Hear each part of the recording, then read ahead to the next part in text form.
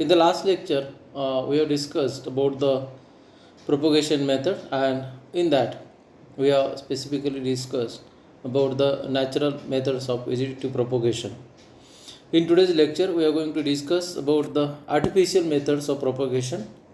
So basically, in a nursery technique, we have to undergo various type of propagation methods, and in that, we have discussed in the first part the propagation is either by seeds or by vegetative propagation. In vegetative propagation, there are two methods or two types of vegetative propagation: natural vegetative propagation and artificial vegetative propagation.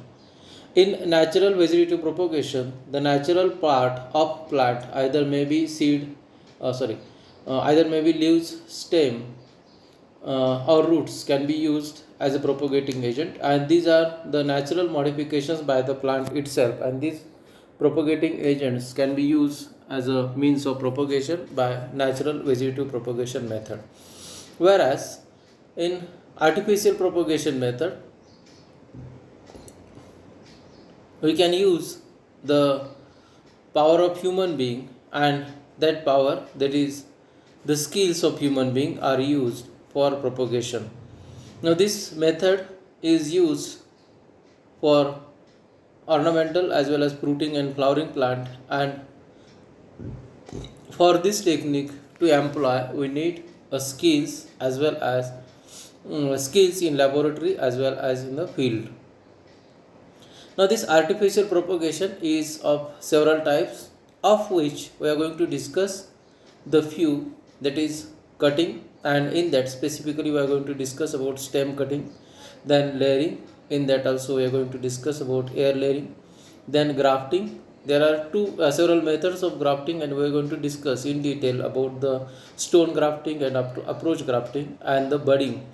In budding also there are different methods: patch budding, shield budding, or tea budding, and we are going to discuss in today's lecture about the tea budding. So the first one, cutting and stem cutting especially. Now in stem cutting, we have to use the stem, a mature vegetative vigorous stem of the plant part, and that plant of the plant, and that part of plant or stem is used in propagation. Now we have to just cut the mature vigorous stem of specific size, maybe of pencil size thickness, and this stem is used in propagation, that we have to directly propagate or cultivate the stem in well grown or well manured soil. Now in the stem cutting, the types of cuttings are stem cutting, root cutting, leaf cutting, and leaf blade cutting. And in stem cutting, as we are going in detail about the stem cutting, there are several types depending on the plant which we are using. So soft wood cutting is there, semi hardwood cutting is there, and hardwood cutting is there. Now in stem cutting, the softwood cutting, semi hardwood cutting, and hardwood cutting. In softwood cutting, the herbaceous plants are generally preferred, or herbaceous plants where the stem is soft or wood is soft, that material is used. As the herbaceous material used and it is comparatively weak, it requires more attention. Length of cutting should be 3 to 5 inch, and that stem cutting or propagation should be done during the morning hours. In case of semi hardwood cutting, these have intermediate character, that is between the softwood and hardwood cutting. So it has intermediate character, and this propagation can be done during mid or late summer.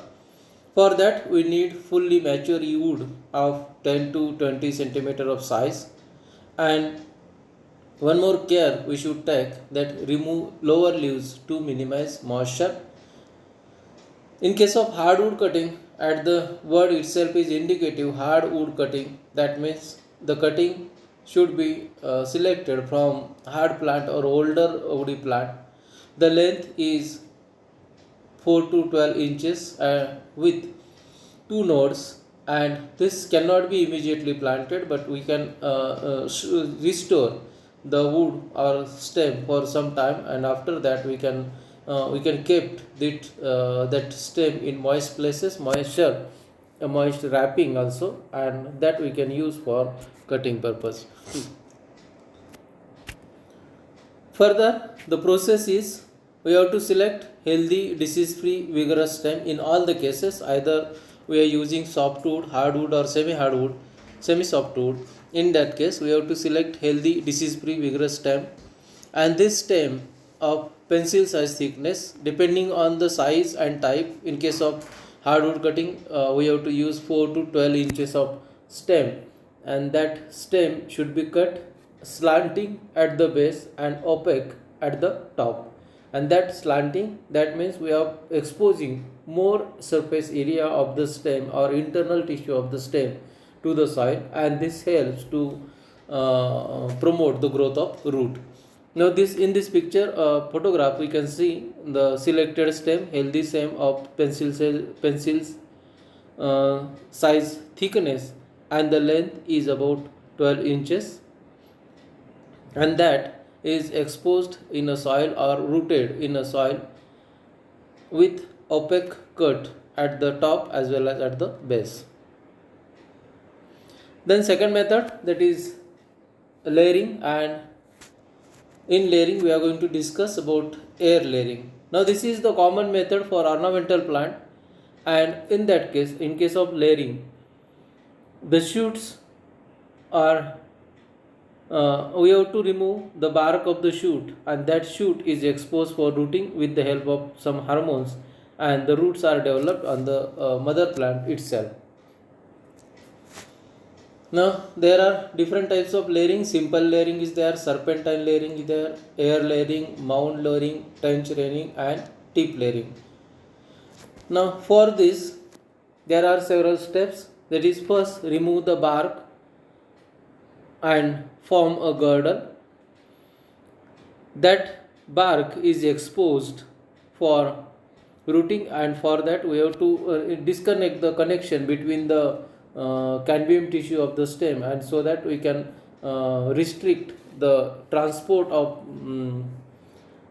minerals across that removed bark, and that bark is wrapped with moss, as well as this is wrapped with the polythene paper. Now in this case, the first step is, first we have to remove the bark so that we can check the transport of food material across. Then the girdle formation is there. In the girdle formation, we have to remove the entire bark of some specific size, and then that exposed portion is wrapped with the moss.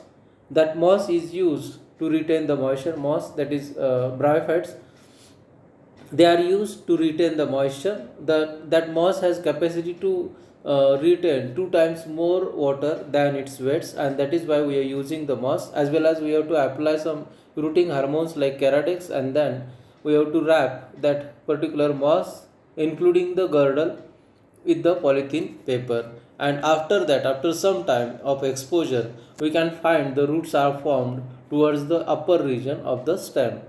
So this is very simple and common method of plant propagation, artificial plant propagation, and this can be used in several species like Bougainvillea, ficus, or ornamental plants. And after development of roots, we can detach the portion of upper portion, including the roots, and then we can propagate that into the soil.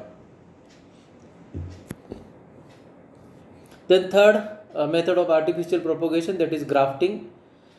Grafting is nothing but the connection or union of two different plants. One we have to select as scion and another as a rootstock. Now the scion is the plant of superior quality, and that we are selecting for propagation, and that scion is propagated on the rootstock, and that rootstock is the rooted plant or plant of on which we are going to prepare a graft. Now in the picture we can observe in this picture particularly, The rootstock, it is comparatively hard, thick portion, and on that rootstock, the scion are inserted, and these scions can grow well. Now the grafting is of again various types. Weave grafting is there, tongue grafting, side grafting, approach, and stone grafting. Our focus will be on approach and stone grafting. Now again look at the picture. There are different types of rootstocks, and these rootstocks where we can insert the scion or we can propagate the scion, and these scions are the plants of superior quality that grow further into a mature plant. In approach grafting, this is one interesting method of vegetative propagation. In that case, we can select a rootstock. This may not be of desired quality but has attained certain age, and we have to select a scion. The scion is of desired quality or good quality of plant. So the rootstock which we are selecting may be of not good quality, or maybe not of desired characters, but the scion is of desired characters, and as the rootstock is grown for certain limit, certain period, and after that the scion we are going to propagate, that scion may develop into an entire new plant, and that mature plant may gives us desired characters.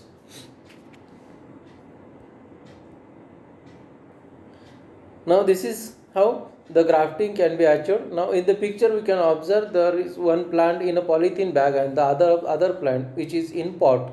So these two, potted plant as well as the plant which is in polythene bag, they are united together or grafted together, and then the new plants can be formed.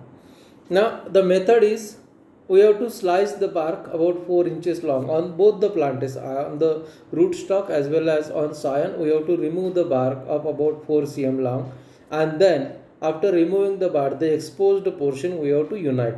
So this exposed portion can be joined tightly and sealed with grafting wax as well, and kept it for 2 to 3 months. After that 2 to 3 months, there may be a formation of graft union, and after that we have to remove the upper part of rootstock and lower part of scion, so that we can get an entire new plant with good or desired quality. Now in the picture also we can look here, there are two plants in a pot. These two plants are united together, and after union one plant can be removed from upper part, and the other plant, that is scion, can be removed from lower region, and then the scion can be grown in further. Now the second one, stone grafting. Stone is nothing but the seed of mango, and in stone grafting we have to select good quality of stone or good quality of plant, and that we are using for grafting. So this is what is the stone. This is another picture of stone, and in that case, in case of stone grafting, we have to allow to grow a plant with the stone is allowed to grow, and after that we have to remove the upper region of this stone, and then form or make a wedge. That is, we have to cut open the stone, the upper part of the stone or the rooted plant, or we can call it as also rootstock. So we have to make a slit on the rootstock, and in that slit we can insert the another plant. So these are the photographs of stone graftings, where we can see the lower portion. This is the rootstock. On the rootstock we can prepare a slit, and in that slit we can insert the another plant of good quality. So this practice can be usually done in case of mango. So in mango the stone grafting can be achieved. And the last part, that is budding. Budding is simply means we have to use the bud of plant of desired quality, and that bud is inserted or can be united with other plant. This budding can be achieved in ornamental, fruiting and flowering plants, and this is quite simple method. The budding can be of two types, tea budding and patch budding. In tea budding we have to make a tea cut, and in case of patch budding we have to remove the patch, small patch of the plant, and that patch is replaced by the patch of another plant or plant of desired quality. Now there are 3 steps in budding: preparation of stalk, preparation of scion, and insertion of bud. One by one we will go into the details of these steps. So preparation of scion. Now in case of budding, the scion is the plant part with the bud. Now mostly in the axis of stem and the lateral branches the buds are formed, and that buds we can use in the budding procedure, and that bud can be used as a scion. So this is how with the help of sharp knife we can expose or we can remove the bud, and this bud initially must be with a small stalk. So in the picture we can observe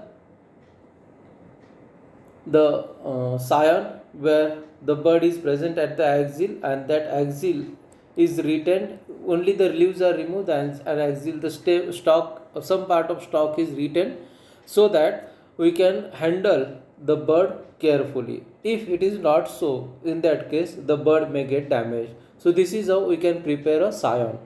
So firstly we have select healthy bud, then remove the healthy bud with the stalk, and then the bud can be used as a scion. And as we are going to as we are discussing about the tea budding, the preparation of stalk, so in that case we have to prepare a stalk, that is the plant of desired quality, and on that we are going to insert the bud. So for tea budding we have to take first a vertical cut, then the horizontal cut, so that we can form a T-shaped cut on the bark. After that the bark is loosened or bark is removed or exposed, and in that bud we have to insert the bud along with the stalk, so that it helps to handle it carefully. And after insertion of bud in the stalk plant, we can tie it with thread or with polythene bag, and then we are wrapping the plant with a polythene strip, so that it will helps to tighten the stalk, as well as it helps to protect the plant from diseases. So this is how the budding can be achieved. So this is all about the different methods of artificial propagation. In this part we have discussed about the different artificial methods, like grafting is there, cutting is there, layering is there, and budding is there. And specifically in cutting we have discussed about stem cutting. Stem cutting is a simple process where a stem of desired quality of plant is selected, cut slant at the basal region, cut opaque at the top region, and apply rooting hormone as well as some fungicides or pesticides on the top, and insert the stem directly in the soil. In layering we have studied the air layering, where in air we can layer the another plant, we can layer the plant. Then in grafting we have discussed two methods, approach grafting and stone grafting. In approach grafting, two plants of desired quality are brings together, they are tightened and they are allowed to grow. And in budding, tea budding we have discussed, and in tea budding the buds are inserted in a T-shaped cut of stalk plant. So this is